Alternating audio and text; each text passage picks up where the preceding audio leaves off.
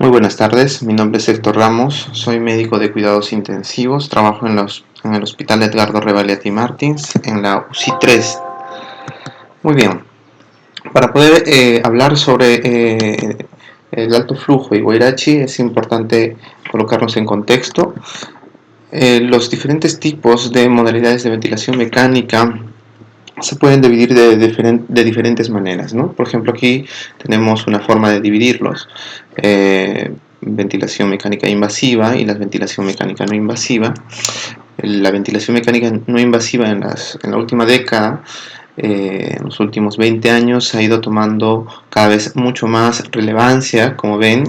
Entonces se ha ido realizando muchísimo más estudios respecto a esto. Hay diferentes tipos de ventilación mecánica que podemos ofrecerle a nuestros pacientes para que pues ellos puedan beneficiarse del tratamiento en el contexto del paciente con insuficiencia respiratoria.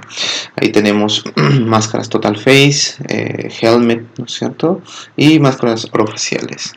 Definitivamente la pandemia nos ha llevado pues a retornar un poco a nuestros principios. La cánula de alto flujo es considerado dentro del rubro de los ventiladores mecánicos no invasivos o de la ventilación mecánica no invasiva. Es como el hermano menor de de todos los dispositivos que contamos en la unidad de cuidados intensivos para poder tratar insuficiencia respiratoria. Los sistemas de CPAP no mecánicos, que es al que explícitamente es al que corresponde los dispositivos de alto flujo, para ya entrar en el tema en sí, fueron pues diseñados en 1992 y los denominaron Whisper Flow Wall CPAP, ¿no? Philips, a través de su empresa, hicieron el dispositivo y lo lanzaron al mercado. El dispositivo se ha usado ya desde aquella época y ha sufrido algunos cambios a lo largo del tiempo y sobre todo a lo largo de la pandemia. Wisterflow no es Guairachi, por si acaso. Wisterflow en 1992 tenía un diseño, como están viendo ustedes, pero muy similar, pero el dispositivo que evoluciona en el 2020 mejora algunas cosas del Wisterflow. Es importante recordar que en abril del 2020, ya dada la pandemia, se reunieron dos grandes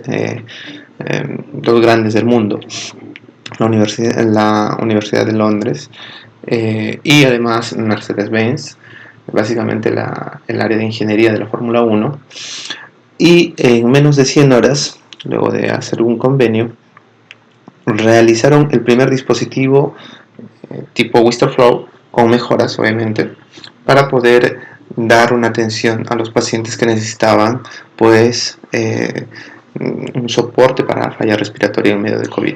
Dentro de los primeros 30 días generaron 10.000 dispositivos que fueron luego colocados en diferentes países, en más de 130 países.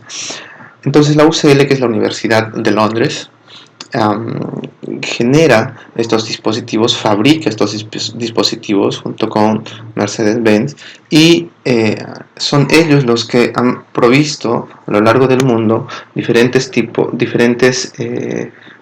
proveen a diferentes ingenieros o de bioingeniería médica para que puedan ensamblar algunos dispositivos y otros solamente ya recibirlos como donación, ¿no? Eso es lo que sucedió en el Perú. Daniel junto a Fernando y Camilo han recibido la colaboración desde la Universidad de Londres, y ellos pues gracias al ingeniero Tim Baker, que es uno de los iniciadores de este tipo de dispositivo, reciben los dispositivos y los ensamblan, y hay algunos otros que ya vienen ya dentro del donativo, ¿no? Por ejemplo, los dispositivos que se conectan, los corrugados, la máscara, por ejemplo, que se conecta con la interfaz hacia el paciente, ¿no? Bueno, ha surgido una ligera evolución desde el Wisterflow hasta el UCL Ventura. Sí, el UCL Ventura utiliza el 70% menos de oxígeno que su predecesor, Por lo tanto, yo los invito a que puedan revisar y buscar cuando pues hagan la revisión de esto también. No lo busquemos como Wayrachi, sino como Wisterflow o Ventura CPAP. Ya tenemos una guía incluso para cómo utilizarlo, ¿no? Bien, este es el dispositivo de ACL Ventura, de UCL Ventura, perdón, del UCL Ventura, el cual tiene pues los generados, tiene 3 dispositivos que vamos a tratar después, que permiten uno abrir el dispositivo en sí, el otro de aire y el otro de oxígeno, ¿cierto? Luego tenemos una conexión a través de un filtro, hay una T y hay una pequeña llave de seguridad de PIP de 20, y tenemos un tercer dispositivo que es el dispositivo del sensor de oxígeno. Esta llave de seguridad del PIP de 20 no se debería abrir, solamente se abre cada vez que las presiones que están en intrasistema son mayores a 20, evidentemente, ¿no? Es una válvula de seguridad. Luego esta válvula nos lleva hacia la interfaz, ¿no es cierto? Esta interfaz es una interfaz siliconada y tiene un arnés un poco incómodo, la verdad, para la colocación. Sin embargo, es bastante útil. Y el paciente expira por este circuito, ¿sí? Es un circuito que está conectado a un sensor de flujo. Es un sensor de flujo cualitativo, ¿no? Que vamos a ver en unos minutos cómo funciona. Y una válvula de PIP. Esta válvula de PIP vienen ya con niveles estáticos. Puede ser de 5, de 10, de 15, de 20, ¿no? Entonces esto nos permite administrar un CPAP, digamos, en estos pacientes. Este es el indicador o también sensor de flujo cualitativo. No nos da un número exactamente, pero nos puede decir cómo está el flujo llegando al paciente, ¿no? Finalmente. Entonces, esto vamos a revisarlo un poco más en las siguientes diapositivas.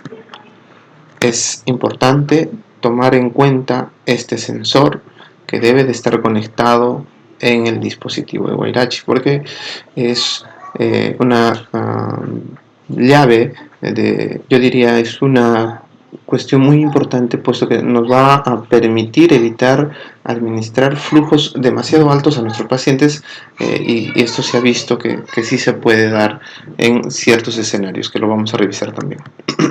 Muy bien. Entonces, nosotros tenemos diferentes contextos para poder utilizar el alto flujo. Aquí vemos solamente cómo es que el aire ingresa, ¿no es cierto?, hacia las válvulas que se encuentran dentro.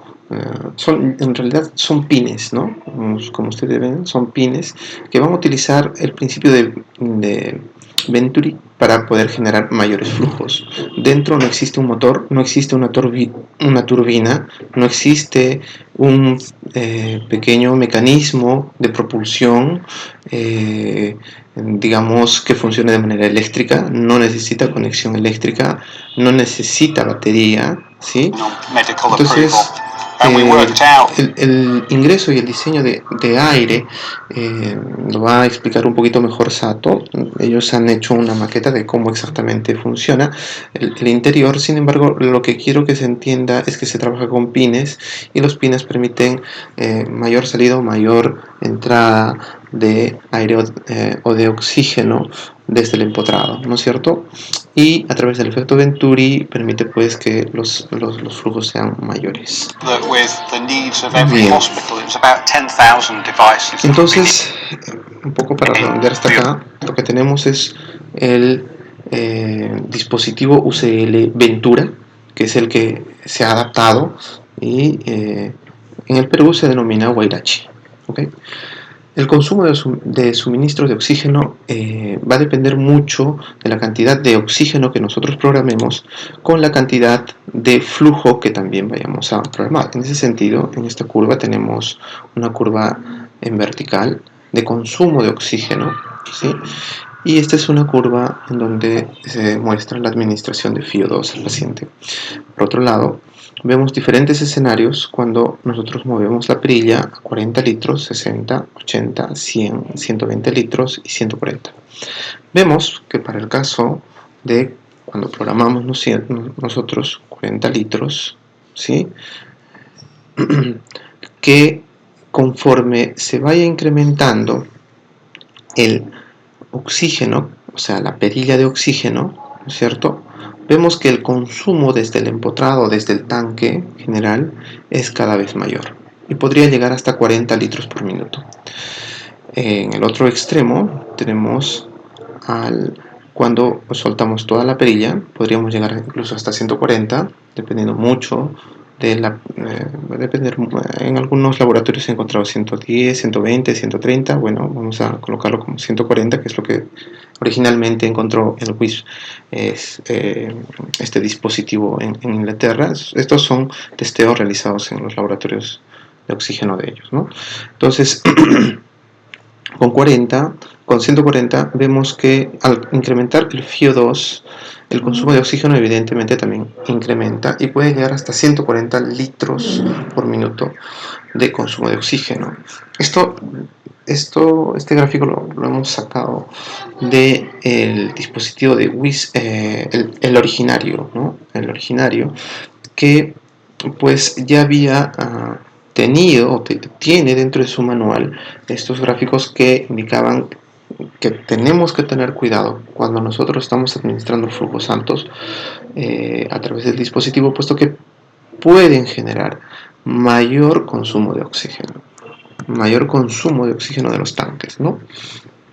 Aquí tenemos otros gráficos en donde vemos aquí la presión, ¿no es cierto?, dentro del circuito, y vamos a cuantificar la pérdida de la presión del circuito con el aumento del flujo de las perillas del dispositivo Weichi. Entonces, vemos que cuando nosotros aumentamos el flujo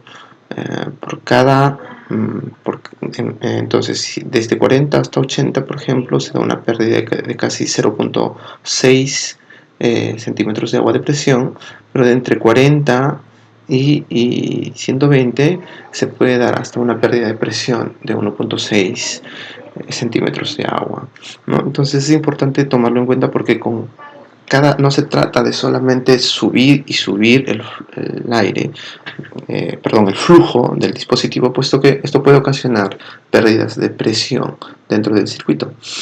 Por otro lado, evidentemente, cuando nosotros tenemos el dispositivo con un PIB determinado, hablamos de eso hace unos momentos, tenemos dentro de la válvula expiratoria de la salida, ¿no es cierto?, una pequeña válvula de PIB. Entonces esta válvula de PIB puede estar a 2.5, 5, 10 o 15, ¿no? Vamos a ver el ejemplo del de 15, o el que tenemos nosotros aquí en el Perú es el de 10.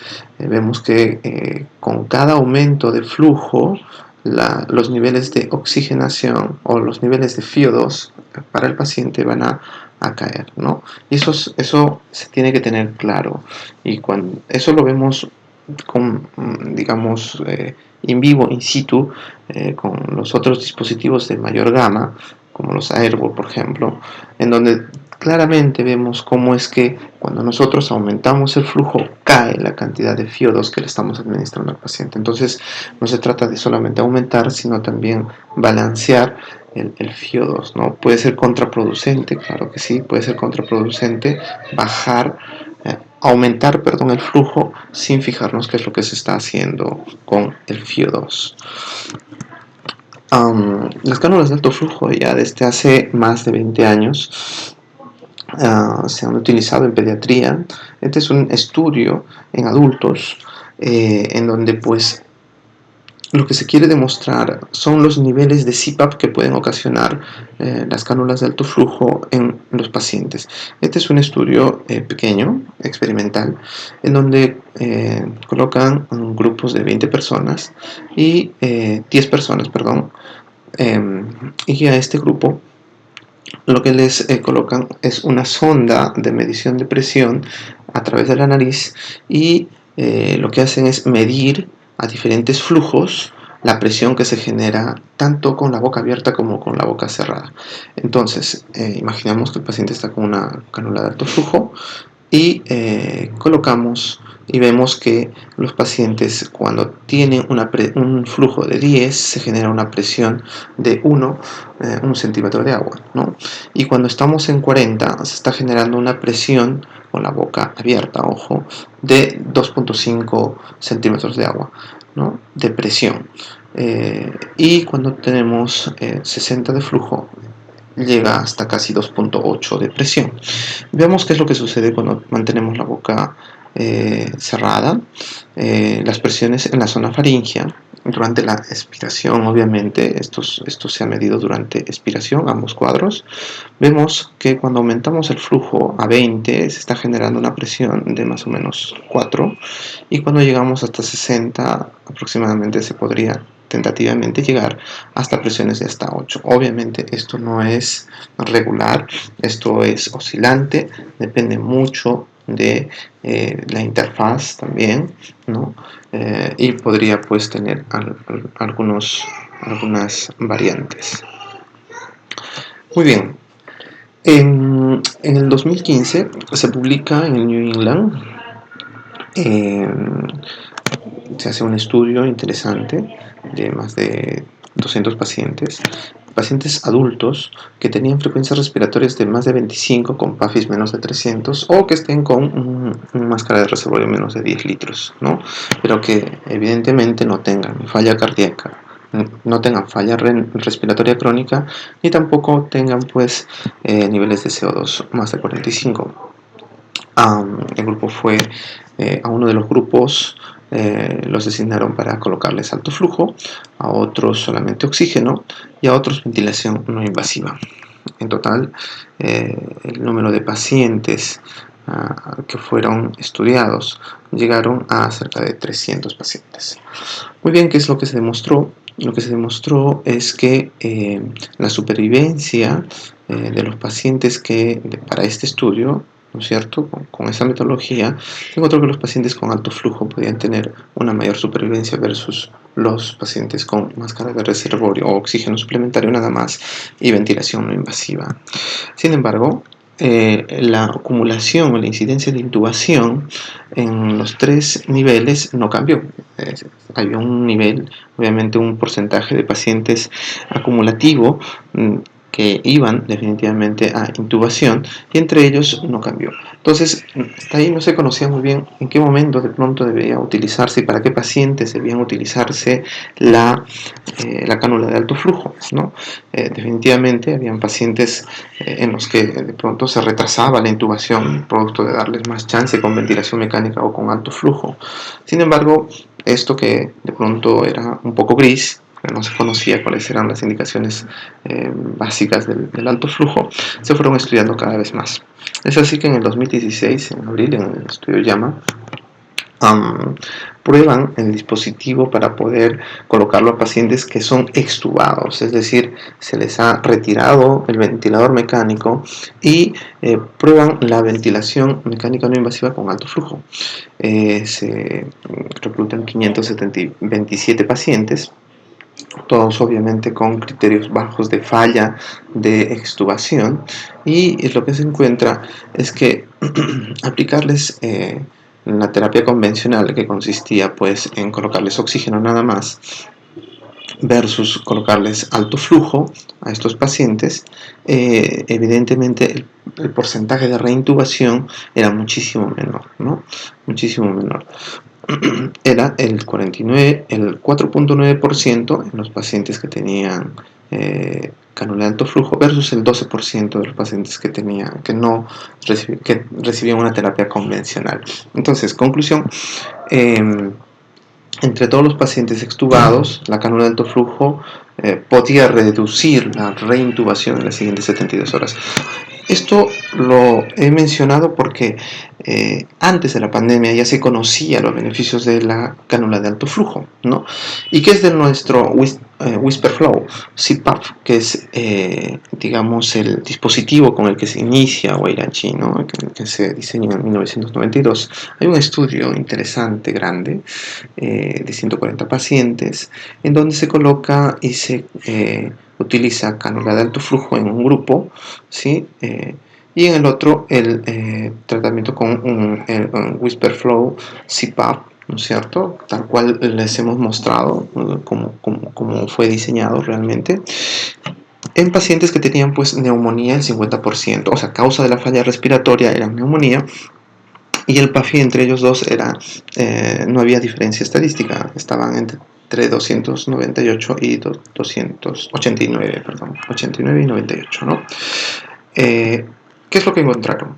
Lo que encontraron es que en ambos, en negro está WhisperFlow y la cánula de alto flujo en gris.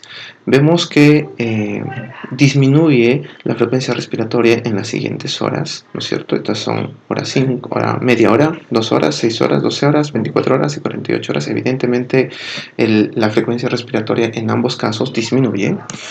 Y no solamente esto, sino también el nivel o el número de latidos cardíacos también disminuye en ambos casos, y la saturación de oxígeno en ambos casos, independientemente del FiO2 obviamente que han estado utilizando, aumenta, ¿no? Sin embargo, lo que el estudio trató de comprobar, y la hipótesis que ellos tenían, era que WhisperFlow era un sistema que no aportaba mayores beneficios a los pacientes post-extubados. Sin embargo, en el estudio salió de que pues con una P de 0.08 no había diferencia estadística entre ambos. El estudio concluye indicando de que es mucho más cómodo, nada más, la cánula de alto flujo versus el WhisperFlow. Y ahí vemos en rojo WhisperFlow y la cánula de alto flujo en el acumulativo de pacientes reintubados era similar.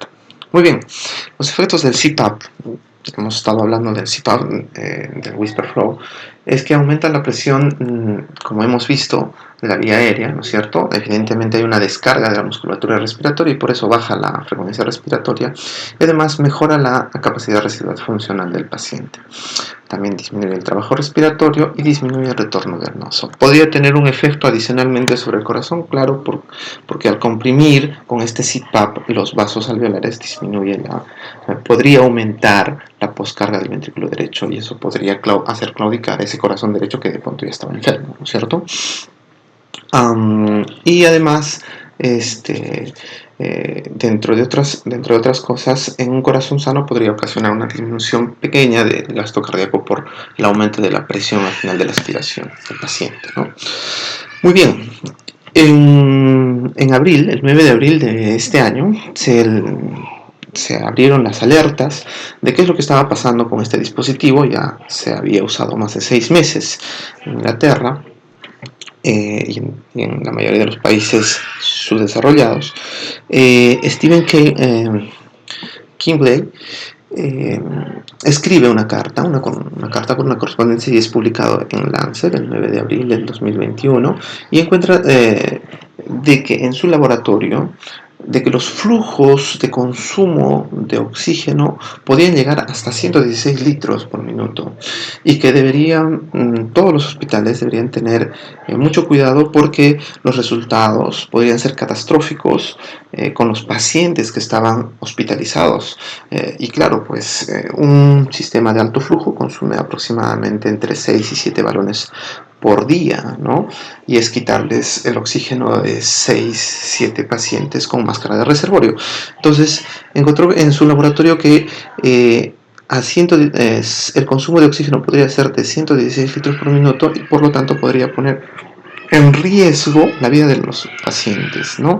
Leyendo con un poco más de detalle la carta, encontramos que bajo qué condiciones se encontró este consumo de oxígeno. Y eso es lo que desgraciadamente no salió mucho a la luz, sino salió esa pequeña estrofa nada más, de que podía ser muy peligroso. Y sí, es correcto, puede ser peligroso. Sin embargo, este consumo de oxígeno se encontró cuando las válvulas de flujo y de oxígeno estaban completamente abiertas, ¿no? Y eso pues es evidente porque si uno gira la perilla, la de oxígeno por ejemplo, pues va a necesitar entre 6 vueltas y la de flujo también 6 a 12 vueltas. Cuando quieres darle todo, eso va a generar 121 litros y un FiO2 del 97%. De pronto uno quisiera tener un FIO de 97%, administrarle al paciente porque estaría saturando, pero esto no se debería dar, no se debería hacer, ¿no? Porque un paciente no va a tolerar 121 litros por minuto de flujo, no lo va a hacer. De hecho, que lo toleren entre 60 y 50 es ya bastante complicado, ¿no? Entonces, esto que se encontró era bajo este escenario, soltando todo el flujo de las perillas y todo el oxígeno de las perillas, ¿no? Y sí, claro, evidentemente puede haber un riesgo ahí. Es por eso que es fundamental saber cuál es el flujo que está saliendo de nuestro Werachi, ¿no? Porque eso va a permitirnos administrar el flujo deseado, puesto que a veces, seguramente han visto que en las salas de cuidados intensivos, intermedios o lugares adaptados, a veces la perilla lo mueven 1 o 2 vueltas y viene alguien y lo mueve. Es por eso que las unidades de alto flujo deben de estar localizadas en un espacio de pronto ya delimitado, previsto, en donde los protocolos y los procesos de atención tanto de médicos y de enfermeras estén claros, ¿no? No pueden según nuestra experiencia, estar distribuidos en cualquier lugar, ¿no? Se debe de tener claro en qué unidades sí y en qué unidades no, bajo cierto. Es mejor juntar un conjunto de guairachis, ya sean 2 o 3, en unas salas que permitan el seguimiento y control del dispositivo, más que simplemente colocarlos de pronto de manera como islas en diferentes partes de un hospital, ¿no? Eso es muy importante. Bueno, ni bien salió esa correspondencia, hubo una réplica, evidentemente, por Mervyn y Singer en abril de este año, el 9 de abril, en donde dijeron, sí, evidentemente, el flujo, el consumo de oxígeno o el consumo de flujo de oxígeno puede alcanzar a 116 litros por minuto en lo que ustedes han revisado, pero recordemos que los ventiladores mecánicos Hamilton, Macket, Dagger, Puritan Bennett, etc. pueden alcanzar flujos máximos también de consumo, ¿no es cierto? De hasta 150, 200, 180 litros. O sea, un poco el mensaje era, las cánulas de alto flujo sí pueden consumir mucho flujo de oxígeno, al igual que en los ventiladores mecánicos, pero ojo, los ventiladores mecánicos tienen un proceso automático de compensación de flujo, ¿sí? Eso se hace a través de los motores internos del ventilador mecánico. No hay nivel de comparación, evidentemente, ¿no? Por un lado, es diferente que el ventilador mecánico pueda generar desde su motor un flujo determinado que pueda compensar las fugas. En cambio, el Wirachi no tiene forma de compensar esas fugas, por lo tanto, uno al seguir subiendo la perilla, seguir elevando o dándole vueltas a la perilla, podría generar flujos muchísimo más altos, ¿no? Y eso podría ser, claro, contraproducente para un hospital que no disponga de oxígeno adecuado, y de esos hay muchísimos en nuestro país. Bueno, la Universidad de Londres ha publicado dentro de su sección, luego de esto, de estas pequeñas observaciones, y ha puesto hincapié dentro de su manual de utilización del alto flujo con Wirachi en el sensor de flujo cualitativo. Bueno, lo hemos puesto así como nombre. Lo hemos también colocado aquí en español para que se entienda. El sensor es el la conexión es la siguiente para que se entienda. Esta es la máscara, ¿no es cierto? Esta es la máscara. Por aquí viene el oxígeno, ¿sí? Y esta es la máscara con el orificio de expiratorio, digamos, ¿sí? Aquí está la válvula de PIP. Para el Perú tenemos una válvula de PIP de 10. Y aquí vemos el sensor.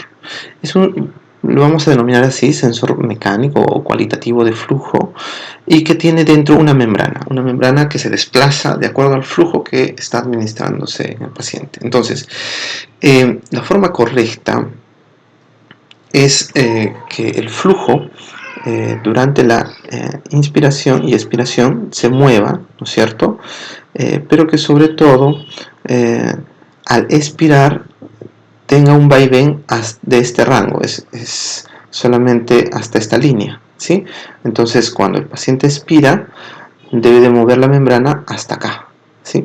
Si nosotros vemos que el paciente expira y vemos que la membrana se está moviendo muchísimo más, ¿no es cierto? Aquí el ángulo es un poco menos de 15 grados, y aquí es casi de 90, 80 grados, ¿sí? Podemos inferir de que el flujo que se está dando es muy alto, ¿no? Entonces acá lo que debemos hacer es disminuirlo. Eso de manera rápida, ¿no? Visualmente uno puede ir y agarrar sin la necesidad de que esté bajando y subiendo la perilla, que también es una opción, ver el sensor y visualizar realmente cuál es el flujo que se le está dando. Ahora, ¿qué sería mejor? Tener un sensor de flujo para poder visualizar cuánto es el flujo que se le está dando al paciente, ¿no? Por otro lado, ustedes saben de que tenemos una válvula de CPAP, ¿no es cierto?, que estaba al inicio del Guairachi, a la conexión del Guairachi. Esta válvula de CPAP es una válvula de seguridad que permite saber también y conocer que las presiones están por encima de 20. Habitualmente no llegan a 20, casi nunca llegan a 20, pero de pronto si se suelta todo, podría llegar en algún momento hasta esos niveles, ¿no? No debería salir ningún tipo de flujo ni aire por esta válvula. Es una válvula de seguridad, por eso es de escape. Muy bien, vamos a ver ahora el Guairachi. Este es un video que se ha grabado con Daniel, con Fernando y con Camilo. Aquí vemos el Guairachi, esta es la entrada del empotrado de oxígeno, ¿no es cierto? Por otro lado, aquí vemos que es el dispositivo para poder prender y apagar el Guairachi, y vemos luego la perilla de flujo y por otro lado la perilla de FIO2, ¿sí? Aquí esta es la conexión que va a ir a los corrugados del paciente.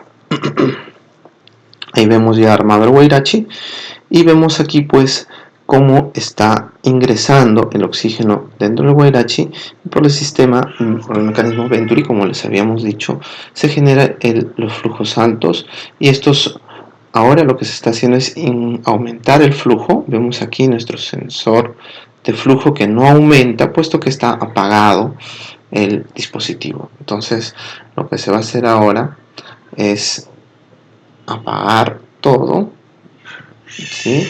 Y vamos a prender el dispositivo, ¿no?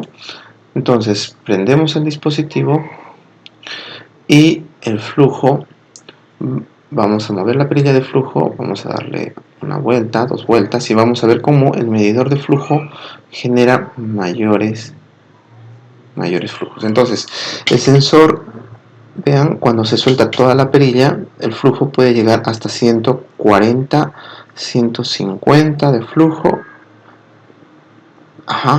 Hasta 150 de flujo. Muy bien. Una vez cerrado el Guairachi, vamos a ver que una vez cerrado, ahí se está disminuyendo la cantidad, nada más. Una vez cerrado el Guairachi, podemos apagar el dispositivo, y así movamos el flujo y el oxígeno no va a variar, ¿no? Entonces esta perilla de apagado y prendido es importante que sepan manejar. Muy bien, aquí vemos otro video. Ahora he colocado un sensor de... vamos a observar que se ha colocado una válvula de PIP de 10 a la salida, ¿no es cierto? Tenemos aquí el filtro y tenemos aquí el sensor de flujo. Y adicionalmente al sensor de flujo se le ha agregado este monitor pequeño que es un monitor oxímetro, es un oxímetro, no es un medidor de oxígeno, un sensor de oxígeno. Entonces se va a incrementar primero el flujo y el oxígeno. Vamos a aumentar la cantidad de flujo para poder ver cómo es que varía. Aquí tenemos ya 10 litros, 16, 18, 45 litros y vemos que se ha modificado evidentemente también el sensor de flujo porque funciona desde el empotrado, ¿no? Evidentemente va a haber un aumento a pesar de que esté apagado la válvula de oxígeno, ¿no? Muy bien, vemos que está captándose en este momento 30, ¿sí? Y lo otro que queremos que vean es que aumentando una cantidad de oxígeno determinada, ¿sí? Acá está, esto va a ser censado por el oxímetro, ¿sí? Pero aquí la válvula de PIP, evidentemente, y los corrugados también generan una resistencia, por lo tanto, muy a pesar de que se suelta más flujo, no se alcanzan los flujos de 150 como habíamos visto anteriormente, ¿no? Muy bien. Vemos ahora de que el flujo que tenemos es 60, a pesar de que ambos, aquí se le ha dado ya 3 vueltas y no llega a más, ¿no? Muy bien. Si soltamos todo el oxígeno, si apagamos todo, vamos a ver de que evidentemente los sensores van a caer. Ahora vamos a ver en este video quiero mostrarles un conjunto de diferentes circuitos que se van conectando al Wirachi para ver cuál es su comportamiento, ¿no? Ya está abierto el dispositivo. Vamos a abrir, como ven, todas las vueltas de oxígeno, ¿sí? Vamos a ver cómo cambia, ¿ok? Entonces hasta ahí estamos en 150 litros. Vamos a ver qué es lo que sucede cuando nosotros colocamos una válvula de PIP, ¿sí? Como saben está con el paciente, ¿no es cierto?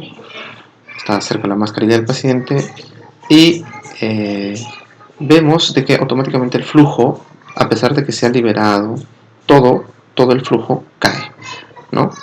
Cae. Entonces cae hasta 139. Vamos a ver qué es lo que sucede cuando lo conectamos a un humidificador activo y una cánula binasal, que digamos no fue diseñado desde un inicio así, ¿no es cierto? Son con máscaras orofaciales, pero bueno, lo vamos a conectar directamente a una y vemos como el flujo ha caído de 130 a 82, ¿no? Por los corrugados y las resistencias que generan, etcétera, etcétera, ¿no? Entonces, lo que quiero demostrar con esto es que aún estando abierto el flujo del Wirachi, los flujos máximos que vamos a alcanzar son de entre 70 y 80, ¿no? Evidentemente va a variar si es que uno tapa o no la perilla, la zona distal, ¿sí? Vamos ahora a ver la conexión de oxígeno, que está acá ya conectado nuevamente, ¿sí? Y vamos a abrir a 21% de FIO2, ¿no? No está abierto por si acaso la válvula de oxígeno y el máximo que llegamos es 84 y ya se estabilizó, ¿verdad? Muy bien. Vamos a apagar el equipo y ya está. Todo está apagado y el flujo ha caído totalmente, ¿no? Muy bien. ¿El mensaje cuál es? No tenemos estudios respecto a la utilización del sistema de Guairachi con cánulas binasales. El dispositivo en Inglaterra está utilizado como CPAP, con máscaras orofaciales. Y el mensaje es que nosotros podemos generar muy alto consumo de oxígeno de los hospitales. Si es que soltamos la perilla, podríamos irnos hasta 150 litros de consumo, pero con los corrugados hasta 130 o 116, como la carta de correspondencia que mandaron ahí en Lancet, ¿no? Pero que sin embargo no llega a ser a más de 80, no digo que esté bien, sino que no llega a ser más de 80 cuando el dispositivo está conectado con todos los corrugados, ¿no? Esto es importante saberlo porque se ha creado una pequeña atmósfera en donde se cree que el Guairachi puede servir en cualquier contexto, de cualquier manera, y no es así, ¿no? Debemos de tomar mucho cuidado de cuál es el flujo que estamos administrando y también darle el beneficio de que pues, es un dispositivo de bajo coste y que creo, al lado de un sensor de flujo que podríamos tener, su utilización podría masificarse muchísimo más y con mayor seguridad, porque el tema de la seguridad del paciente no solamente pasa por saber cuánto flujo le estamos dando, sino también por cuidar el resto de pacientes. No podemos administrar una cánula de alto flujo con Guairachi sabiendo de que este le va a quitar 6 balones de oxígeno a un paciente que está al lado, ¿no es cierto? Eso es importante. En sencillo, podríamos concluir que el sistema de Guairachi, aquí vemos una sala con Guairachis, entonces podríamos concluir que los sistemas de Guairachi deben de contar con algunas cosas que son muy importantes. Uno, el empotrado que está conectado al Guairachi, un humidificador, que es de lo que vamos a hablar después, ¿no es cierto? Este humidificador evidentemente con agua destilada, ¿no es cierto? Y un regulador o un sensor de flujo que nos permita saber cuál es el flujo que estamos administrando y el oxígeno. Nosotros lo manejamos con las perillas, eso en una situación de desastre total, claro, es totalmente entendible. Sin embargo, en una situación donde ya nos encontramos con de pronto mayores equipos para poder hacer las mediciones, o de pronto tenemos disposición de poder comprar equipos que nos permitan poder medir el flujo y el oxígeno que estamos dando, pues se tendría que hacer de esa manera, ¿no? Y siempre al lado de esto debe administrarse esto pues al paciente monitorizado, idealmente en condiciones en unidades lideradas por médicos intensivistas del área crítica, para poder hacer un adecuado manejo de estos pacientes críticos, porque la realidad es que no todos los pacientes van a salir, y la realidad es que tiene que haber un personal de cuidados intensivos que pueda dar el soporte a aquel paciente que va a complicarse, va a necesitar intubación orotraqueal. Entonces se tiene que también prever estas cosas.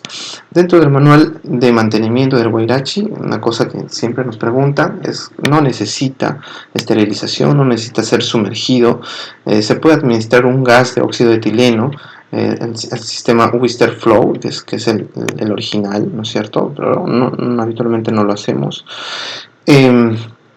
Las válvulas de PIP, el manómetro, es importante tenerlos, ¿no es cierto? Y el monitoreo del paciente, tanto de la saturación de oxígeno, frecuencia cardíaca, frecuencia respiratoria y EKG, son muy importantes. Estaría contraindicado, evidentemente, en pacientes que tengan lesiones faciales o distensión gástrica, ¿no es cierto? O neumotórax, o pacientes que están hipovolémicos. Vamos a hablar algo muy breve acerca de humidificación, y hablar de humidificación es hablar de cuándo se hizo la primera intubación en un paciente.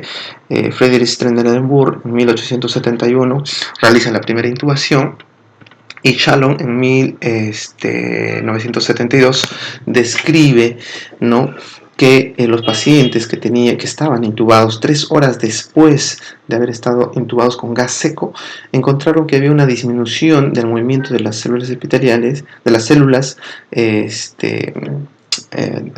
tracto respiratorio, del movimiento ciliar, ¿no es cierto? Y además se encontraban alteraciones en su citoplasma y también en su núcleo.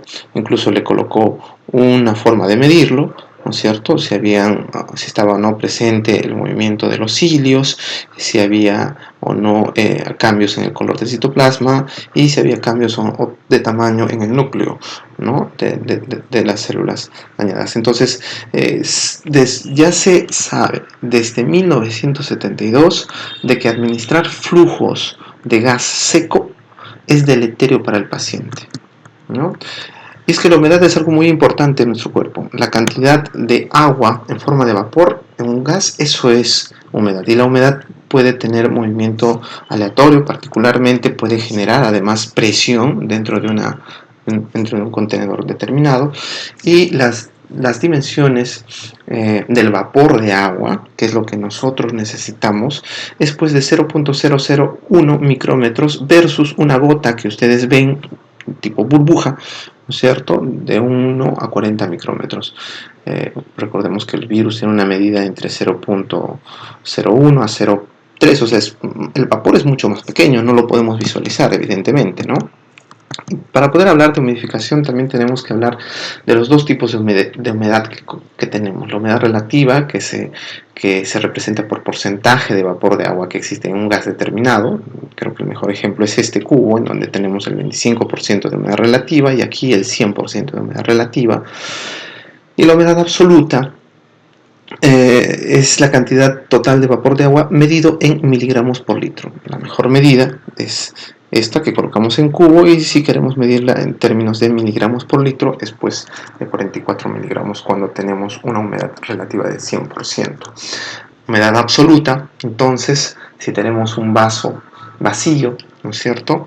Perdón, medio lleno, representa al 50%, ¿no es cierto? Representa 22 miligramos por litro.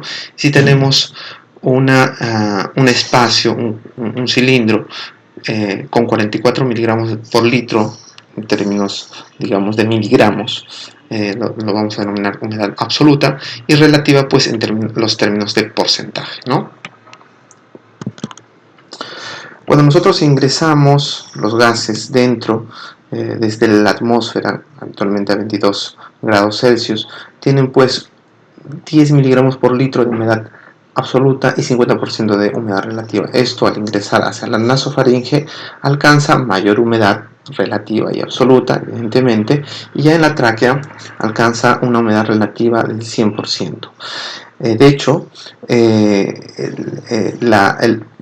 la humedad absoluta se alcanza a 44 miligramos por litro, o sea, digamos que aquí era 9.9 y acá es 100% ya a 5 centímetros de la carina, ¿sí? Esto es muy importante recordarlo, puesto que los gases, para que se intercambien a nivel intraalveolar, es necesario contar con este tipo de humedad, puesto que es la única forma de que puedan ser intercambiados. Recuerden que la humedad de vapor de agua, es decir, la humedad que ingresa, genera una presión, y lo vamos a ver después. El transporte mucociliar depende mucho de la integridad de su sistema Sol-Gel de la humedad, ¿no? O sea, esta sensibilidad de los cilios depende mucho de la humedad. Si los cilios empiezan a dar más humedad de lo normal, van a disfuncionar, evidentemente. A una temperatura determinada, a mayor temperatura, por ejemplo desde 20 hasta 32, vemos cómo la humedad absoluta incrementa, evidentemente, pero también incrementa la presión de vapor de agua. Y a 37 grados, que es lo que necesitamos, la presión de vapor de agua va hasta 46.9, el famoso 46.9 que nosotros hallamos en nuestra fórmula de cuando nosotros queremos encontrar la presión de oxígeno en las vías aéreas superiores, pues restamos la presión atmosférica menos la presión de vapor de agua multiplicado por 21, ¿no es cierto? Y eso es importante recordarlo, sí, porque si esta presión de vapor de agua disminuye, cae, ¿no es cierto?, por algún motivo, o aumenta, ¿sí?, las presiones alveolares de oxígeno ya no van a ser de 109, sino van a ser muchísimo menores, ¿no? Muchísimo menores, y eso no va a permitir un adecuado intercambio gaseoso. ¿Qué pasa cuando nosotros colocamos un tubo endotraqueal? Lo que hacemos es bypasear todo el sistema y entonces al interior de la tráquea ingresan gases fríos, desplazando el punto isotérmico hacia la periferia, y eso hace de que evidentemente los bronquiolos secundarios y terciarios empiecen a ceder humedad de manera anormal, ¿no es cierto? ¿Y esto qué va a generar? Va a generar pérdida de función ciliar, retención de secreciones, tapones, desecación de las glándulas, atelectasia, disminución hasta del líquido surfactante, incluso podría ocasionar hipoxemia. Esto ya se sabía en 1980. Tenemos diferentes tipos de humidificadores, los de burbuja, los de paso, ¿no es cierto?, los de membrana. Entonces ya no se utilizan los de burbuja, venía aquí el gas, se generaba una burbuja y digamos, el gas, obviamente sin agua, el vapor de agua, salía por acá y llegaba al paciente. Estas son las del paso, solamente se colocaba aquí oxígeno, agua, una película de agua, y el gas ingresaba y tomaba el agua a la temperatura que esté, el vapor de agua de acá, ¿no es cierto? Y subía. Este es el de membrana, se colocaba una pequeña membrana para que no haya un contacto directo entre el gas y el agua, para poder humidificar los diferentes circuitos de ventilación mecánica. El manual del dispositivo recomienda estos tipos de humidificadores. En realidad, estos son humidificadores antiguos, porque el manual ya es un poco antiguo, ¿no? Es del 2006. Sin embargo, podrían ser compatibles con cualquiera de estos tipos de humidificadores. Los humidificadores actualmente son servocontrolados, tienen termistor, es decir, un sensor de temperatura a la salida del gas, ¿no es cierto? Y otro proximal al paciente, ¿sí? Es otro. Y además unos cables calientes que permiten de que el gas no se condense dentro de los circuitos. Aquí vemos cómo funciona un poco la humidificación. Ingresa dentro del humidificador, la botella de humidificador, el reservorio. El agua automáticamente es llenado a través de un conducto de agua estéril que está hacia acá arriba, y tiene una plancha de metal caliente que permite calentar el agua. ¿A qué temperatura? La temperatura que uno puede programar, o de pronto puede estar hasta automatizado, ¿no? Entonces ingresa gas hacia el circuito, no solamente con vapor de agua, sino también a una temperatura deseada, que en este caso debería ser 37 grados para alcanzar una humedad relativa y absoluta del 100%, ¿no? Este gas es vapor de agua, y el vapor de agua no se puede observar, no se ve, ¿sí? Si usted está viendo pequeñas gotículas que está llegando hacia la cánula binasal, está mal, porque no debería llegar. Si comparamos el tamaño del vapor de agua comparado con el virus, es muchísimo menor. Por lo tanto, el vapor de agua no va a llevar virus desde el reservorio, si es que estuviera digamos, infectado desde el ambiente, no va a llevar a los virus. En cambio, las gotículas de agua de pronto sí podrían hacerlo, ¿no es cierto? Puesto que las gotículas son muchísimo más grandes que un virus, y podrían estar pegadas, digamos, ¿no? Muy bien. Luego mencionar que esta cantidad de gas que ingresa a través de los circuitos tiene que mantenerse caliente, y este es un ejemplo de un dispositivo de alto flujo que tiene un humidificador con cable caliente, ¿sí? Este tiene un cable caliente incorporado, no lo ven en el interior, no trata de visualizarlo, no sé, puesto que está empotrado, y tiene pues un sensor de temperatura incorporado, también empotrado en la zona distal, ¿no?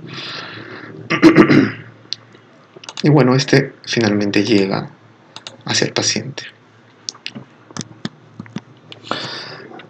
Muy bien, ya para terminar, lo que quiero decirles es que nosotros no podemos utilizar este tipo de humidificador. Es un humidificador pasivo. El humidificador pasivo solamente se puede utilizar cuando el paciente tiene contacto durante la inspiración y expiración. el funcionamiento es el siguiente: el paciente inspira, ¿no es cierto? Y al expirar, ¿sí? La membrana del humidificador pasivo retiene el calor y retiene el agua. Entonces, en la siguiente respiración, lo que sucede, no sé si están viendo mi puntero, en la siguiente respiración lo que sucede es que ese aire seco ingresa, ¿no es cierto? Pero encuentra la membrana ya con algo de agua y algo de calor e ingresa pues un aire caliente y humidificado, ¿no? Entonces, con el mayor número de ciclos respiratorios, esto va a mantenerse con mayor temperatura y mayor agua, ¿no? Esto no es compatible con las cánulas de alto flujo, puesto que no hay forma de que el paciente pueda expirar y lograr esto que estamos indicando, ¿no es cierto? He escuchado de que podría utilizarse con dispositivos orofaciales. Sin embargo, es bastante discutible. Se tendría que evaluar realmente si podría beneficiarse de esto, porque los flujos que ingresan son a alto flujo, ¿no es cierto?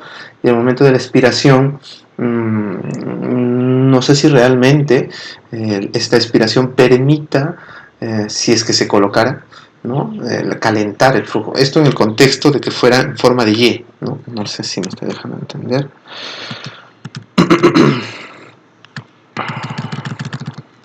No, para explicarles esta parte.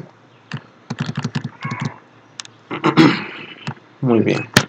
A lo que me refiero es lo siguiente. Nuestro sistema es unidireccional, o sea, son dos circuitos separados. El paciente inspira por acá, ¿no es cierto? Y expira por aquí. Este es el sistema de Guairachi. El sistema se ha utilizado también con cánula binasal. Entonces, colocar una cánula binasal definitivamente no tiene sentido colocarle un humidificador pasivo, no hay ese sentido de bidireccionalidad, así que nada que ver, ¿no es cierto? Lo que he escuchado es que se ha planteado colocar una Y, es decir, esto y esto conectados a una Y, ¿no? De tal manera de que cuando el paciente inspira, llega al paciente y expira, entonces podría tener contacto en esta Y, ¿sí? En la Y, un humidificador pasivo. La verdad es que es una cuestión muy artesanal, no está descrito. No sabemos cuál es su real impacto y creo que no es, por el momento por lo menos, no estaría muy recomendado, ¿no? Muy bien. Ajá. Ya solamente para concluir esta parte, lo que quería decirles es que nosotros en el Hospital Rebagliati tenemos diferentes dispositivos de alto flujo. Utilicen el que ustedes tengan, estamos en una pandemia, es importante saber las limitaciones de cada dispositivo.